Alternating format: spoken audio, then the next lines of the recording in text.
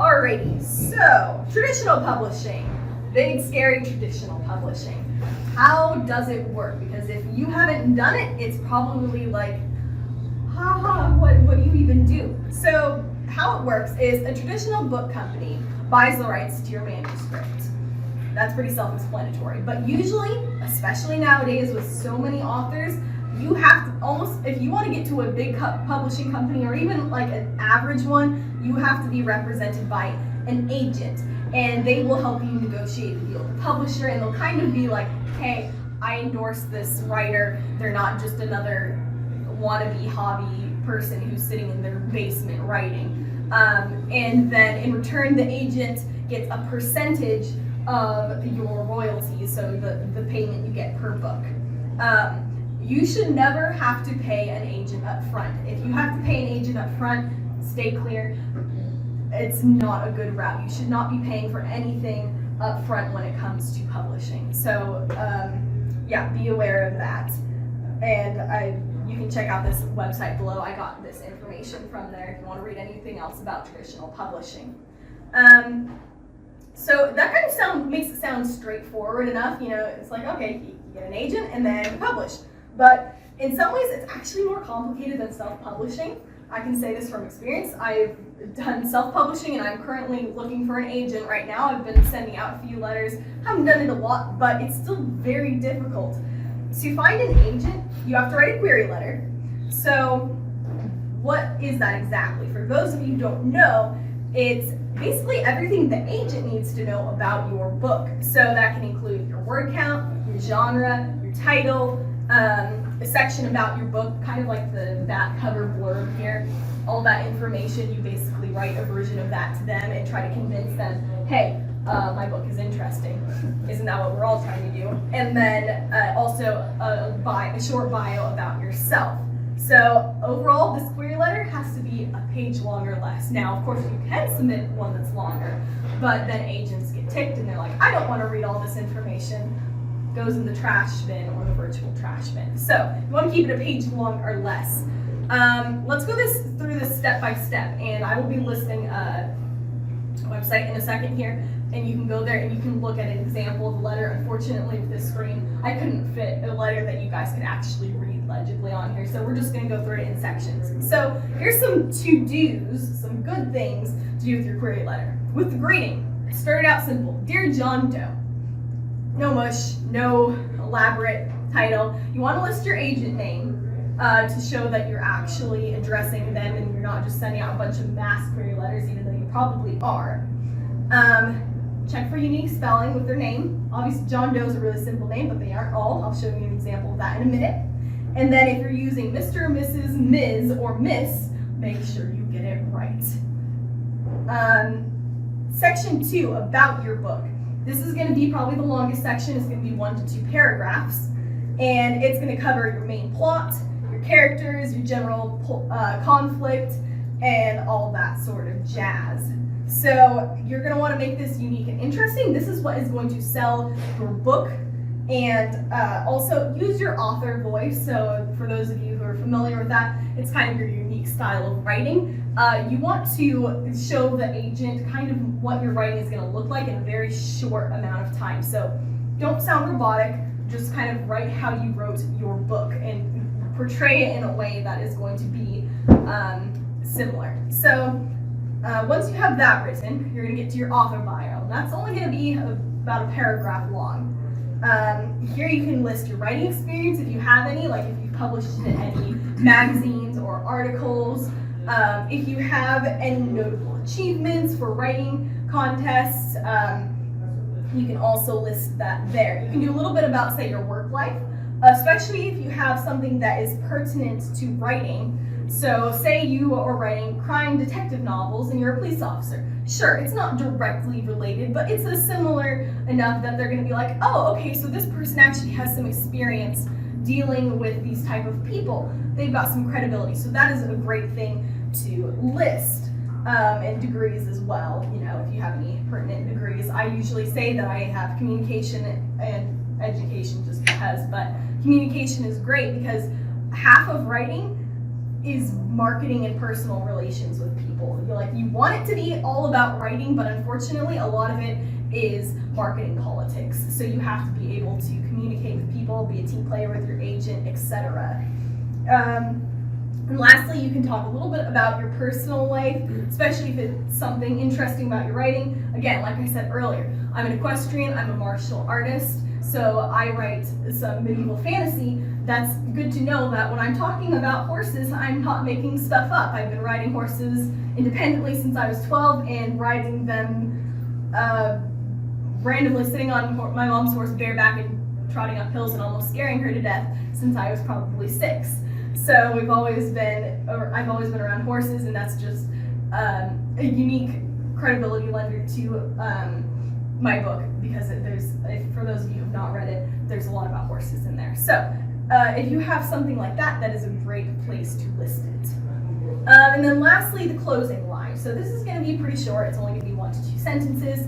And you can mention if your book is under consideration at another agency. So if someone has requested your manuscript, they're like, hey, I want to read more after you send them the query letter, you can mention it there. It will especially help if you are trying to, say, get the agent moving a little faster, and you're like, hey, it's under consideration. If you want it, you better grab it. So there, you can mention it. You do not have to say if you are sending query letters to other agencies. It's almost certain that you are, so you don't need to mention it.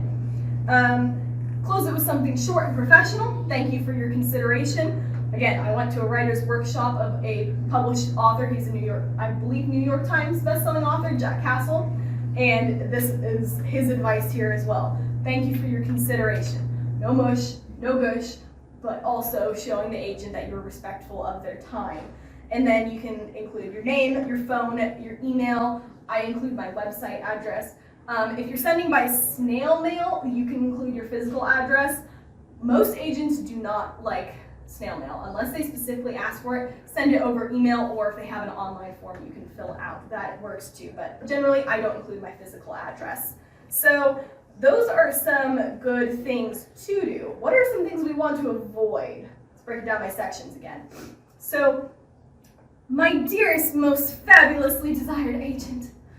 Don't start off like that. You just want to keep it short and professional, and they are not your best friend, they are your agent. Mr. Methuselah, when it's Methuselah, that's really hard to say, but a few of you know who I'm talking about, probably a lot of you actually, so make sure you get your spelling right. Again, these right here are kind of reiterations, and then don't say Mrs. John Doe when it's Miss John Doe or Ms. John Doe. If in doubt with women, say Ms. That is the business professional way of addressing a woman when you don't know if they're married or not, regardless of if they're married or not. So that's a good, safe way to do it. But make sure you know if they're a woman or a man, because sometimes people have, like, I go by J.H. Gates. If you don't see a picture of me, you're like, oh, is J.H. Gates a guy or is it a girl? So do a little bit of digging, make sure you get that right. If in doubt, just say their name and don't say Ms. or Mr. Secondly, without your book section, if you want to do bad at this, tell, don't show. I think a lot of you are familiar with the whole advice of show, don't tell, but it can be easy to kind of just like, oh gosh, I want to get this right, so you make it kind of boring. You're like, for instance, my book is about Sherlock Holmes. He lives in 221B Baker Street. He gets bored when he has no cases to work on, and he shoots the wall.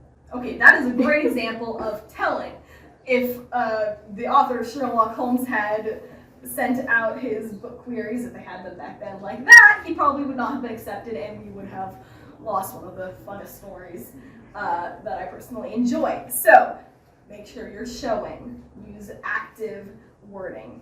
Secondly, this should not be where you list a conglomeration of cliches and overused plot twists, especially if you are writing, say, a romance. This is one of the prime examples of cliches. Girl lives in big city, and she goes to the country where she meets a handsome lumberjack, and they fall in love, and she breaks it off with her big city boy, and she marries the country boy and moves to the small town. Well, that's every Hallmark ever. So, if your book is sounding like this, no matter how you write it, you may want to be considering your plot if you're having a lot of troubles making this not a cliche. Make sure your editing your plot is just as important as editing your writing, because I think we can all agree we would rather read a book with a really good plot and decent writing than a book with really good writing and a mediocre plot. Think about your favorite books. I think you'll find that you agree. So, watch out for those cliche pitfalls. Also, make sure your book doesn't sound like something it isn't. It can be tempting to over-exaggerate certain areas of your book, or, I'll just kind of skip over that, they won't think it's interesting, even though it's a major part. You want to sell the agent what you actually have. So you don't want to just make stuff up, because then when they actually read the book, they're going to be like, oh, this isn't what I signed up for. You want them to read it and be like, oh yes, this is exactly what I wanted, exactly what the author was selling me. So be aware of that. Moving on to the author bio. My self-published book sold 15 copies and I have 21 followers on my blog. That is not going to lend to your credibility. If you have sold over 1,000 copies or you have over 1,000 followers on your blog, absolutely list that. That is going to be helpful. But if you've only sold a few copies, it's probably not worth mentioning. Now, a lot of agents want you to say whether you've self-published or not, so you can include that, but you don't have to give statistics, especially if they're not very impressive. So keep that in mind. My mom likes my work. Bless your heart, Mom. Oh man, moms are great, but they do not belong on your query letter. Unless your mom is like a best-selling author and they are offering you an endorsement, like say Ted Dekker is a really big author, his daughter writes. If your dad is Ted Dekker and he's offering you a book endorsement, take it. But otherwise, this is not the place. And lastly, I own a Labradoodle from the Fluffy Heritage line who likes to sleep on a pillow while I write. Okay, that's great. I love my animals too, not a Labradoodle, but I love my horses and my cats, and we have a German Shepherd. You can mention it. Again, I mentioned that I have a horse in my query letter, but you don't need to get into a bunch of detail unless the agent is really big into Labradoodles. Then great. That's something you're going to connect with them with.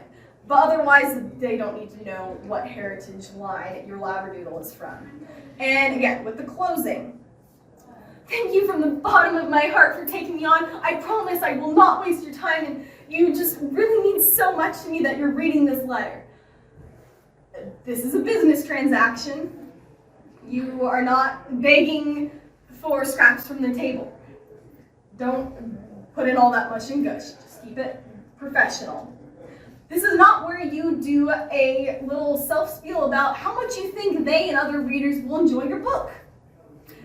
If you want them to like your book and you think readers will enjoy your book, show them by describing it really, really well. Show, don't tell. Don't say that they and readers will like your book. And lastly, don't be a stalker. You don't have to say, hey, I happen to be driving through your town, which is 300 miles from my hometown, and I would love to catch a coffee with you. If they want to meet you in person, great. You don't have to bring it up. If you're attending a conference that they're speaking at, great. Say, I look forward to seeing you at such and such conference. You don't have to say, I'm going to meet you and I'm going to give you the entire spiel of my book at the conference. Just keep it chill and professional. Let them make the offer to me in person. So if you want any more info, like I said, I got a lot of my information from this site. Jane Friedman has a ton of writing advice on traditional publishing and self-publishing. I really recommend. I will be posting the link to this, of course, on my website, and I will try to get the slides up there as well. So if you want to go through my slides and look at them, I will try and post those as well. But she has some examples of query letters and a lot more detailed information. So great resource there. Let's see. So once you finish your query letter, what's next? Obviously you send it out, but how do you find an agent? Like, what's the process there? Do you just Hey, Bob, you know any good agents? Oh yeah, I just happen to know 15 agents you can send your book to. It's not usually how it works unless you have some really savvy friends. So, in order to find an agent, you're going to have to sort through a lot. There are lots of lists of agents, and it's really important not only that you're right for the agent, but also that the agent is right for you, because it's a mutual relationship. You want someone who's going to really help endorse your books. You don't want someone who's just kind of meh about it. If you guys disagree on some fundamental viewpoints, then you're going to probably not work out super well. If you have any of those controversial issues in your book, that is something you're going to want to keep in mind. So when you're looking for an agent, there's a few different ways you can go about it. So first, you can open to the back of your favorite book. You can look in the Acknowledgement Section. This is a little bit of stalking, but no one knows about it, so it won't hurt them. Usually, the author will say thank you to their agent. I've seen so many books where they're like, thank you to my amazing agent. I don't know if they're actually amazing, but they put in the acknowledgements that they are. So you can check it out, especially if the book is a similar genre. Now, if you're reading your favorite fantasy book and you wrote a nonfiction book on school, yeah, it's probably not going to be the right agent. But you can find a book with a similar genre to yours. That is a great way. And then you kind of have a, hey, I read, such and such, and I noticed you were their agent contacting me about that. That's a good kind of like, okay, they have good taste, and it's a little bit of a connection point. Don't overdo it and say your writing is exactly like that author, but it can be a bit of a step to get you noticed. Another way is you can attend a conference. You get a lot of agents attending conferences, and this is a great way to pitch your ideas in person. So when you do this though, make sure you have your spiel down pat. So basically what you're going to be doing is you're memorizing your query later and you're regurgitating it in a conversational manner. Yes, I love the word regurgitating. It's really fun to say. So make sure you can spew that really quickly, and honestly, it's probably not a bad idea to have an extra project that you're working on to have. So some agents might not like, say I'm pitching my book here. Some agents might not like a medieval fantasy adventure that it's geared towards teens. It's not like this crazy plot arc. It's just a fun adventure read. But I'm also working on a primeval fantasy novel.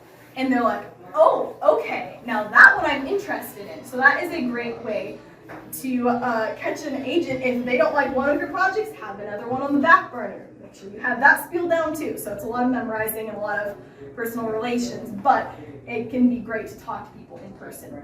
I mentioned this before, but for those of you who just joined us, I'm going to have the resources and notes from this presentation posted on my website, and I will be showing the link to that later. So you're welcome to hop on. Don't feel pressured to take notes. All right.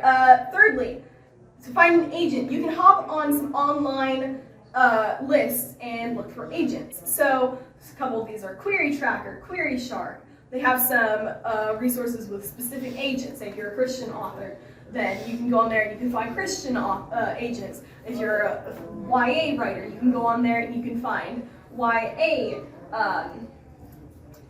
agents, And this is just a great way to find specific agents that are similar to what you're writing. So, also they list like some reviews for agents on there. So you can say, oh, they don't reply for like 3 months, which honestly is pretty common, unfortunately. You can also see if they're accepting unsolicited queries. So unsolicited means you don't have a recommendation from a famous author or an agent or anyone else. So unsolicited, you're just emailing them on your own, and you don't really have anyone backing you. Some agents do not accept unsolicited queries. Lastly, they tell you what query methods the agent accepts. So some of them accept email. Others like snail mail. That is very rare. Most of the time that just gets tossed in a waste bin.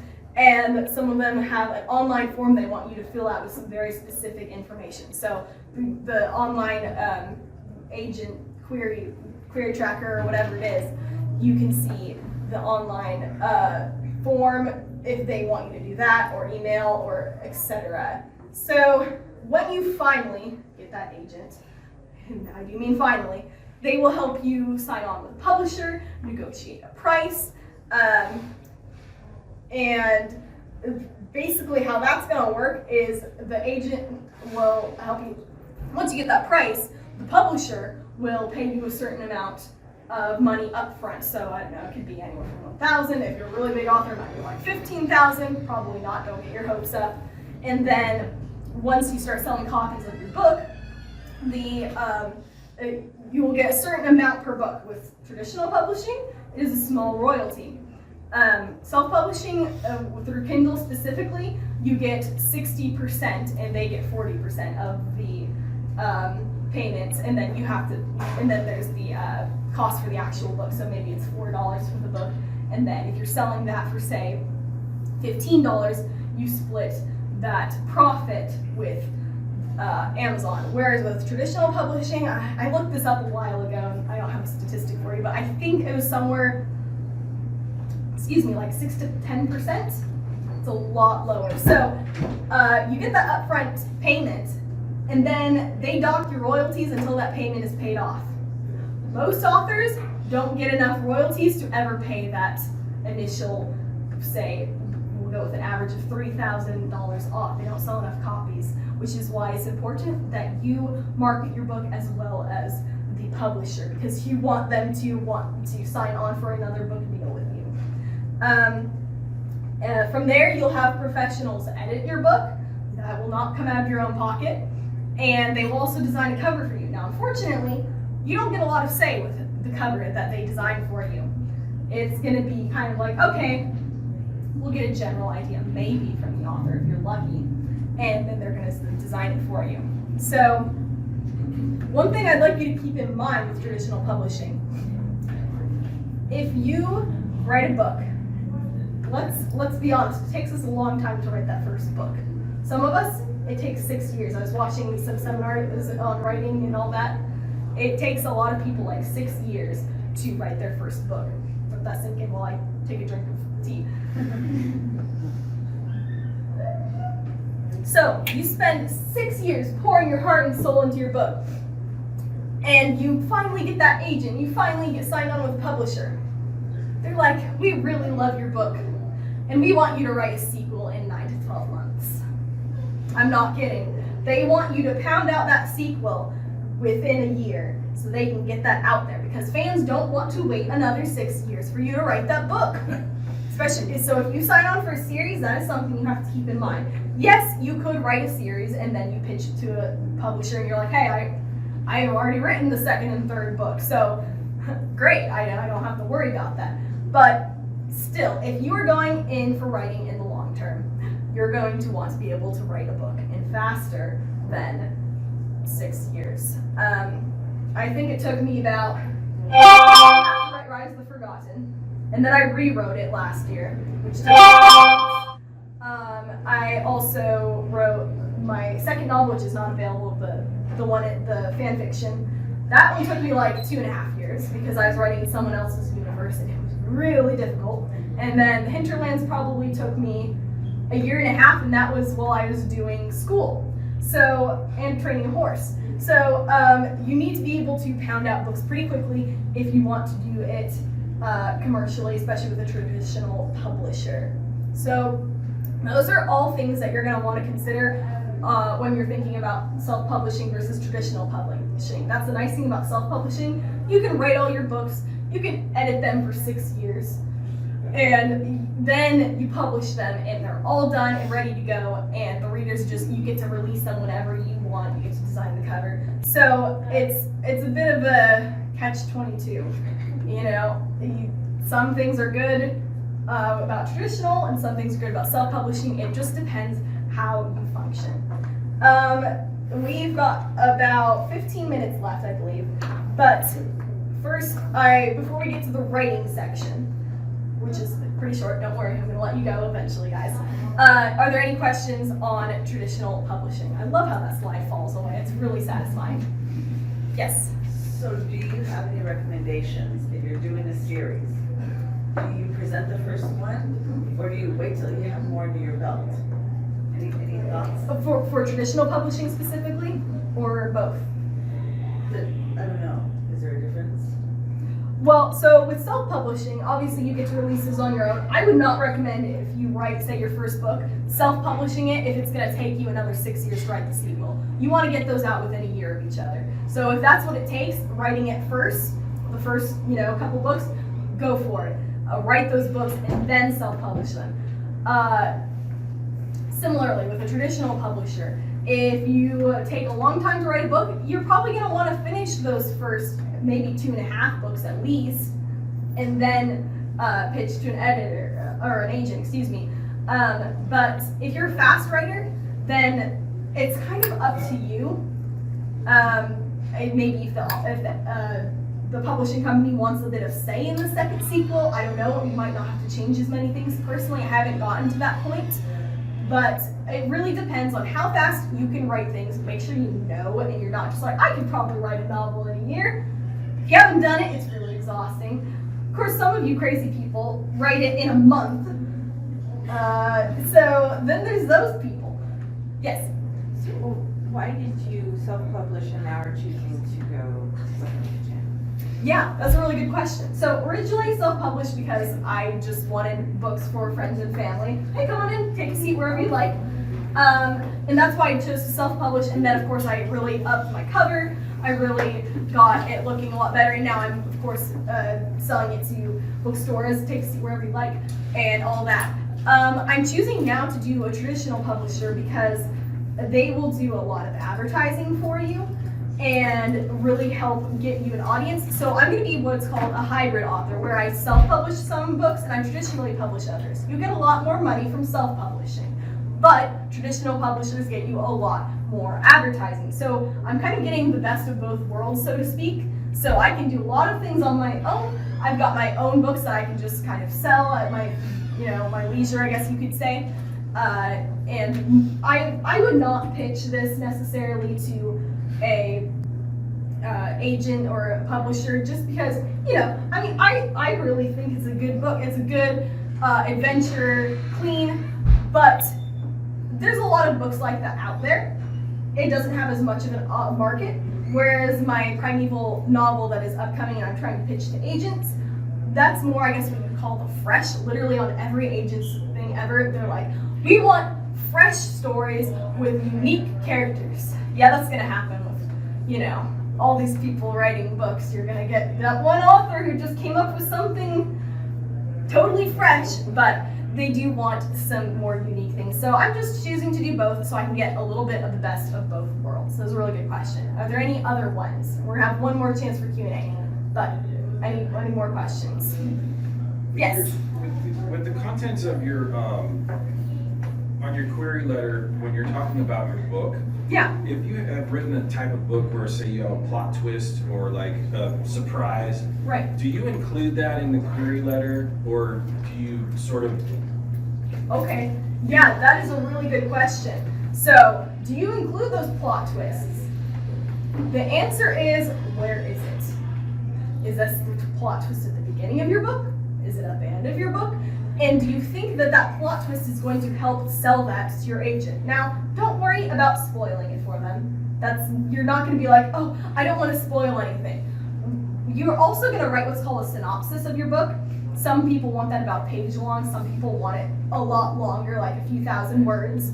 And the synopsis literally goes through all the major plot twists of your book. So if the agent is interested, they will probably request a synopsis. So an answer, you will probably, yes, include that plot twist in the query letter, just as something gripping, as something to convince them, hey, whoa, look what's coming. Now you might not want to completely resolve what happens in that plot twist. You might just give them kind of and then this happens, and now what's going to happen next? Leave it on a bit of a cliffhanger, giving them a little bit of suspense. But that is a great way to get them like, oh, okay, we've got a plot twist going on here. Interesting. It's really what you're pitching to them is that back cover description. Personally, I don't like reading back cover descriptions. My mom hates reading back cover descriptions because a lot of times there are spoilers on them. Not always, but a lot of times they put some pretty big spoilers on there, and you're like, I didn't want to know that. Well, now you know it already, so why read the book? No, I'm just kidding. But that's what you're pitching to your agent is all these interesting things that happen. You want to give them the best of what you've got. So I hope that answered your question. But yes, I would probably include it.